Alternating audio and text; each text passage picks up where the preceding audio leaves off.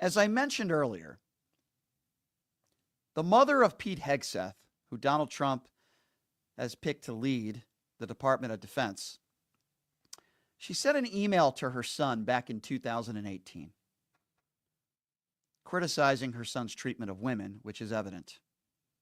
The New York Times received this email. And in this email, Penelope Hegseth told her son that there are, quote, many women whom he has abused in some way. She encouraged him to get help. And Penelope Hegseth also wrote, quote, I have no respect for any man that belittles, lies, cheats, and sleeps around and uses women for his own power and ego. You are that man and have been for years. And as your mother, it pains me and embarrasses me to say that, but it is the sad, sad truth. Now, she recently told the New York Times a few days ago that she wrote that email in anger and with emotion, but it doesn't mean it's not true. Sometimes we say things out of anger and emotion, but we say things that are true. Let me be very clear on this. What Pete Hegseth's mother said is absolutely true.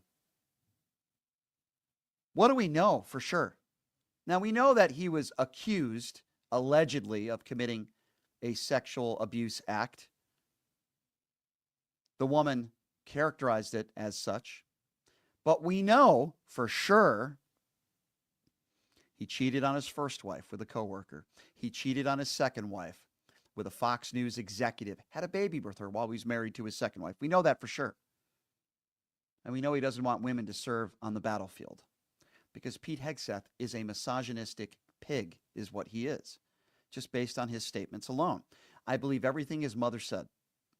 And isn't it ironic that just as Donald Trump chooses him as a pick to be the leading the Department of Defense, all of a sudden now his mother says she regrets it. Well, I don't blame her for saying that. I'm sure she still loves her son very much, and I'm sure she still wants what's best for her son. But that doesn't take away from the statements that she made back in 2018. Stuff that I have been reiterating for the last few weeks. You just go into Pete Hegseth's history. He's a bad guy. He abuses women. So Stephen Chung, who is Trump's communications director, who will spin anything. I mean, if you ask Stephen Chung, he'd probably tell you he weighs 120 pounds. He'll spin anything. So what did Stephen Chung say? He said, all you got was an out-of-context snippet. Out-of-context snippet. His mother literally said verbatim, he has abused many women. How is that out of context? He said you got an out-of-context snippet of an illegally obtained private email. Okay, it doesn't matter whether it was illegally obtained or not. It's still an email written by his mom. Exchange between a mother and her son that does not accurately reflect the entirety of the conversation. Who cares about the entirety of the conversation? Completely irrelevant. Pete Hegseth's mother said that her son has abused multiple women.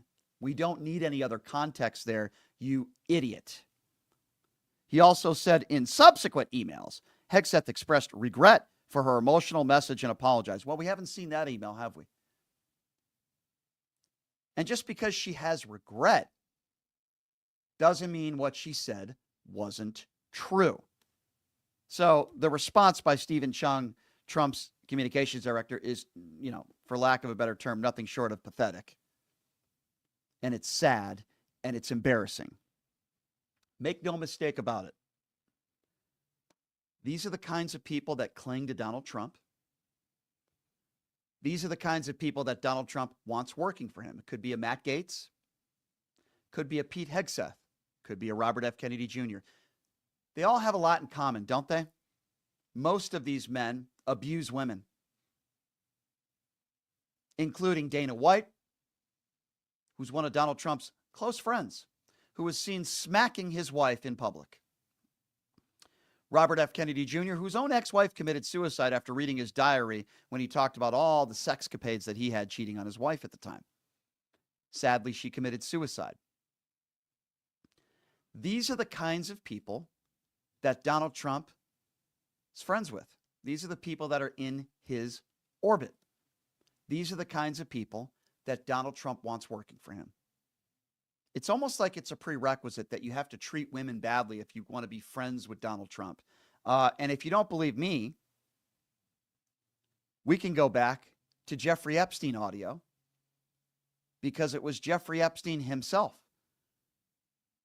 who said that Donald Trump was his best friend. Hung out with Donald Trump plenty of times. God knows what they did on Epstein Island. And we know that Donald Trump was on the Epstein plane 7 times. We know that in court testimony in the Maxwell case. So we see a trend here, ladies and gentlemen. Donald Trump likes to associate himself with other woman abusers. Donald Trump likes to associate himself with men who constantly cheat on their wives and abuse women. But this shouldn't come as a shock to you, because this is who Donald Trump is. Because he is an abuser. He is a liable sexual abuser. He is an adjudicated rapist. He is a 34-count felon. He's the guy who attacks women on looks. This is who we have as the next president of the United States. So buckle up and get ready. And for all you women out there that voted for Donald Trump, you must be very proud of yourselves. How can you look in the mirror? You voted for a liable sexual abuser. You voted for a man who thought that Matt Gaetz would be a good AG. You voted for a man whose own mother says he abuses women to be working in the lead of the Department of Defense. That's who you voted for. You voted for a man who's got 25 women that have accused him of sexual assault or rape. I don't know how some of you women wake up in the morning. I really don't know.